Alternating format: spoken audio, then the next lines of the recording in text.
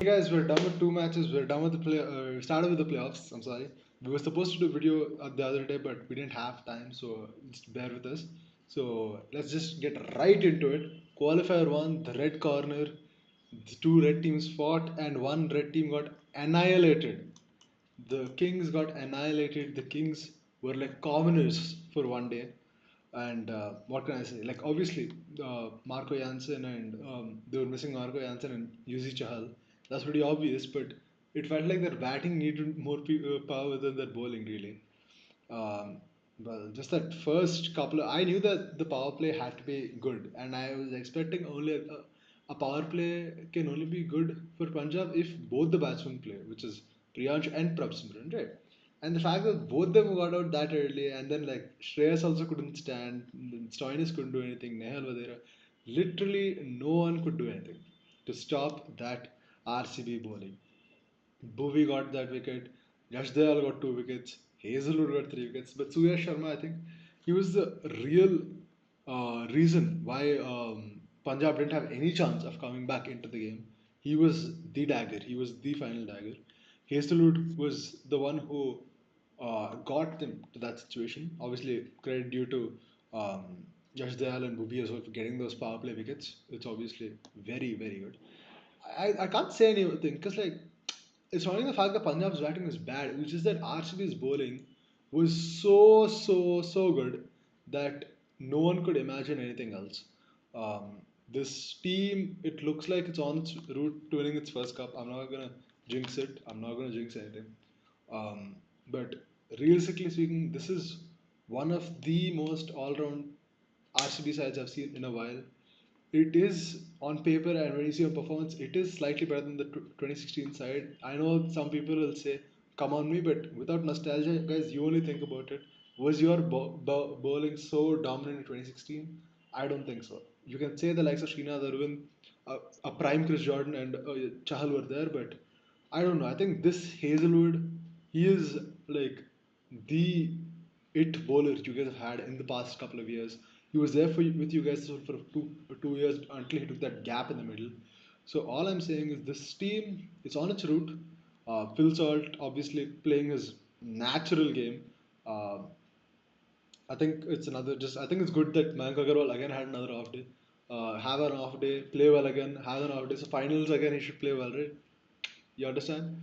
So either way, obviously, RCB is into the finals.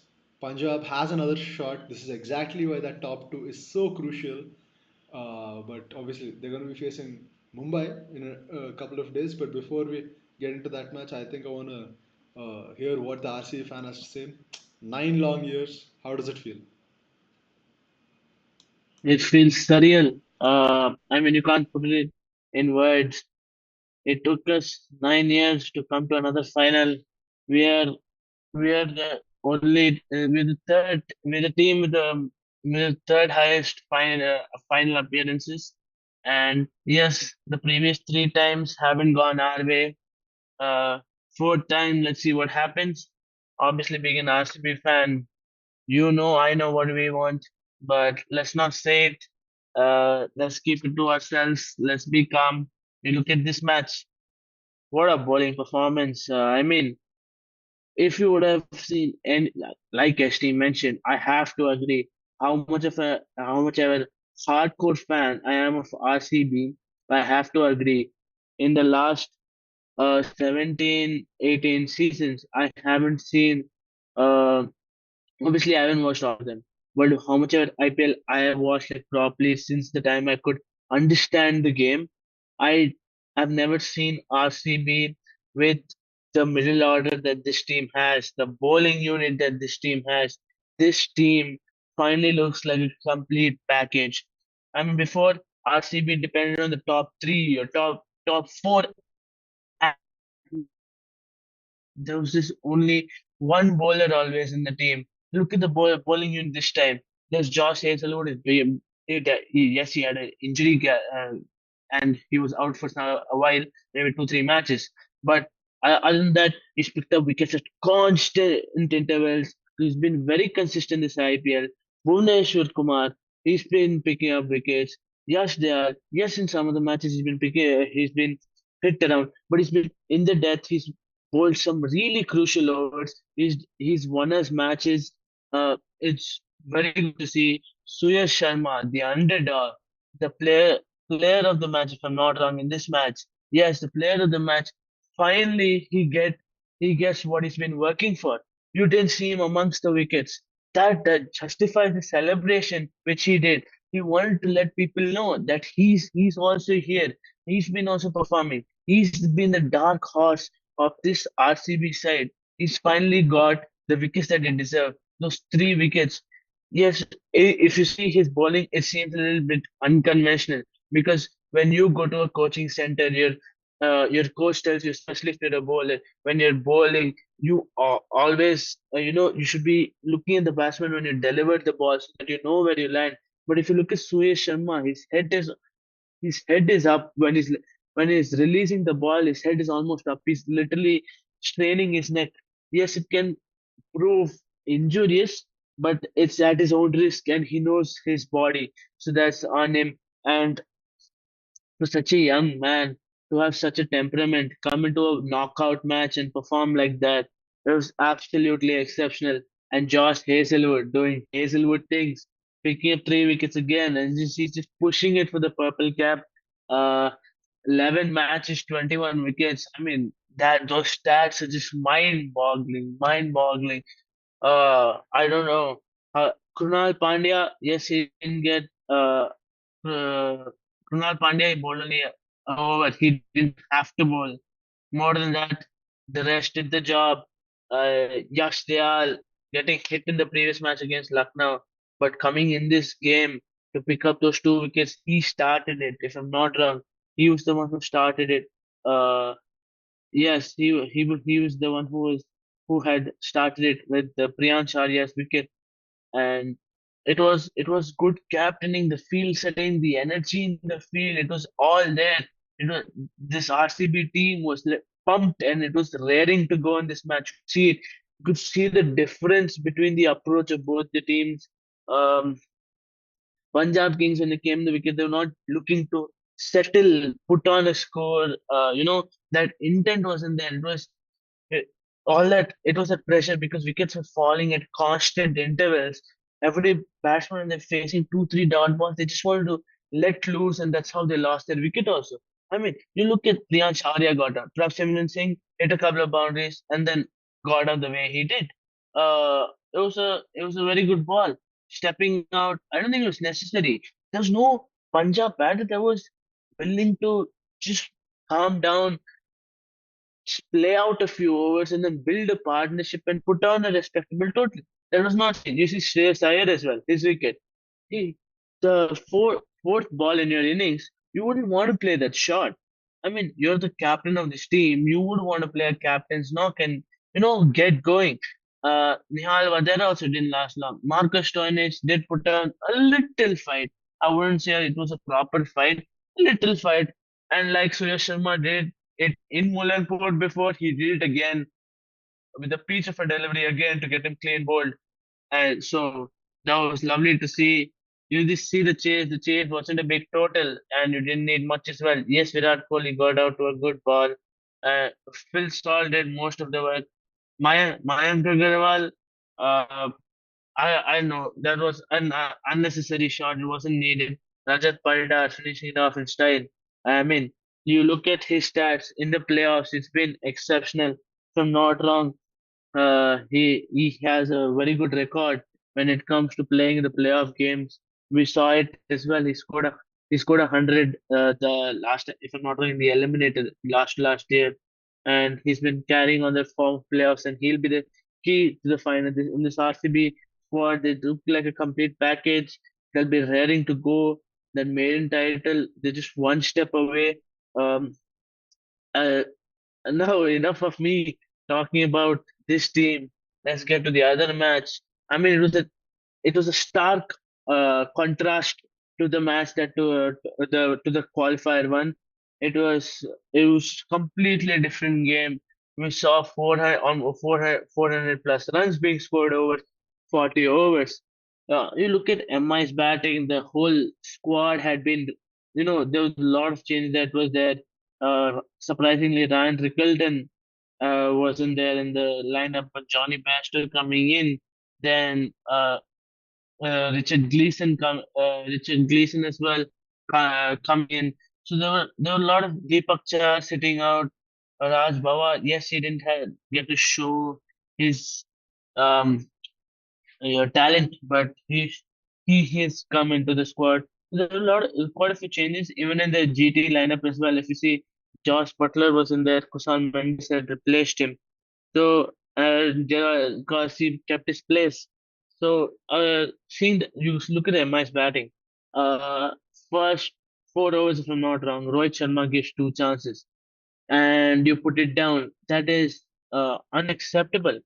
In a player of Roy's stature, if you drop two catches of his, he's definitely going to punish you, and he's going to punish you massively, and that's what he did. His innings of 81 or 50 was proof of that. He's given you two chances in the first 4 overs of an eliminator. It's such a crucial wicket, but because you never know when he will get going, and he did when it was an all-important game for this MI side. Johnny Bairstow, it was a brilliant knock by him as well. He didn't get the 50, but he got out at 47. He got out at 47, but it was at a pretty good rate. I think all the batters maintained that rate. You look at Surya Kumar Yadav. I mean, you wouldn't expect anything less from him as well. He's always showed that intent to maintain that 165, 170, 180, sometimes 200 strike rate as well. Tilak Verma, good to see him also playing that intent. Yes, he got 25 runs, but that was uh, the intent was what was important. That was what MI was looking at. And Hardik, yeah, there was a captain cameo, 22 of 9 balls. That's what made the difference. If you look at it, MI won by 20 runs. Bowling, when you look at the bowling of GT, when you see your star bowler, Prasid Krishna, go get whacked like that, it shows you that MI was ready for any challenge that GT threw at them, and the bowlers looked clueless. That rampage that they were witnessing, they were not able to control it. Yes, Prasanth Krishna picked up two more wickets and he still holds a purple cap. That is there. Sai Kishore also picked up 2 wickets. Siraj picked up 1 wicket. See, Rashid Khan was economical. So was Washington Sundar. Even though Washington Sundar bowled only 1 over, gave only 7 runs. That's when you look at MI's innings. But when you look at GT's innings, Shubman Gill getting out early, definitely not a great start. Sai Sudarshan, you cannot praise him enough. He's always been consistent for this GT side. He scored a brilliant 80. He would have been disappointed because he got out at such a crucial time in the game. Uh, he would be disappointed himself for not able to, finish the game for GT, stay till the end. That's what he'll be disappointed about because seeing the season he had and the way he was playing also in this game, the GT would have definitely expected him to stay. If you see, the Shubman Gill did not remove his patch and just sat there watching Sai Sudarshan play. You have to be in awe with this man. He's been performing consistently. I'm really happy for the man for getting the call up in the Indian Test squad. I'll be hoping that he gets the chance in the Test series. It's a five-match Test series. It'll be a great platform to showcase his talent, and then you can see the next generation coming up for our to take our Test team forward as well. Not only Test team, the other formats, but right now it is the Test team that's going through the revamp. So and that's the next series that's coming up. When you look at Indian cricket wise. But coming back to IPL, yes, I'm going a little off topic. Kusal Mendes, an experienced player, he's performed for Sri Lanka as well. To get out in that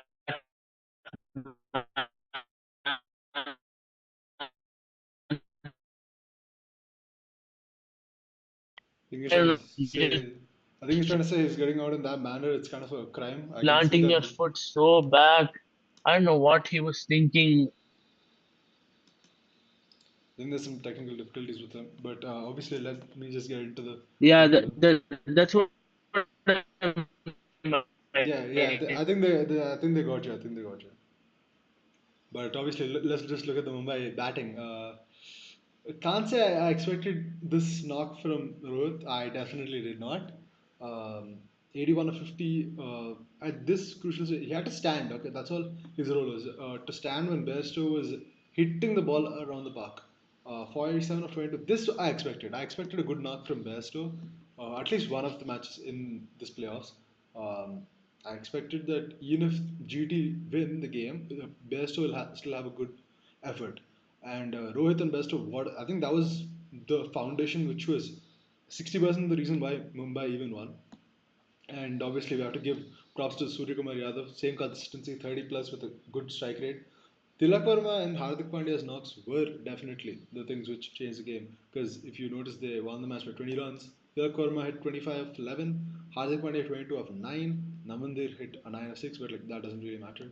Um, Now, the bowling wise, Rashid, this match reminded me so much about if you guys remember COVID time, Rashid, 2020, 2021, when SRH bowlers, they other ones used to get the wickets even if they were getting hit at 8 or 9 runs per over. But he was used to be the one who was the most economical, and the he never used to get many wickets when he was with SRH. If you guys remember, he used to get maybe one or two max. 3 wickets, matlab crazy day for Rashid, because his thing was to just maintain the economy, get pressure. Ask maybe Sandeep Sharma or like Bhuvi will get the wickets later down the line, and that's just what's gonna be happening. Um, but obviously, I think GT, I think it's hurting. The batting as well. Gill had to show up. Gill had to show up. Butler had to be there for this kind of a game. I like, I can't. I was really heartbroken. You know, when GT lost, I didn't want them to lose this early because this team is at least a qualifier two material team, guys. This is a top two level team, but just so unfortunate this that they've had such a good league stage. The last two games, I think that's just the IPL. The last two games, they lost to teams which weren't even going to qualify, and that's the reason why they couldn't make it to the playoffs. But it's okay. I think Gill also was very upset. He had expectations from this team in this mega auction cycle. He felt like this team was worthy of 3 cups in a row. Uh, but it's going to be a while until we see one team dominate the entire auction circle, the cycle. Sorry. He said 2 trophies at least he should get. So let's see next 2 years maybe he can get it. But for now, Kushal Mendes, what the heck was that? I don't like. He's been a very consistent player. If you guys have not been following, so I think K-Star also just mentioned that he's been very consistent. I was actually kind of excited to see his thing, but getting out like that, I was like, it's not in like the way Krunal Pandya got out against SRH. It's just it felt like he wanted to lose. That's what Kushal did. And then Washington Sundar again he played well. I think if he was not stopped by the cheat code Bumrah himself, I think GT might have actually crossed the line. Shafin couldn't do much. Rahul Devatia, he's had a couple of finishing knocks here and there this season, but it's practically to the fact that it was either 9 or 6 or 10 or 6, and the opposite batsman, let it be a Butler, let it be a Shafin Rutherford, they can also finish the game. So Devatia really needs to work a bit more on his finishing, like how he was in the first couple of years at GT and at RR. But really, I can't say anything else about this game. Bowling wise, um, Bolt obviously got slapped around, but that fourth over he had to come in. He took that wicket. He settled it. Gleason getting the wicket of him like that, it was obviously very, very weird. You could not expect like this might happen or that might happen. But it's fine. It is fine. But I think, Kesar, I think we can just you can take it over from here now and finish it up.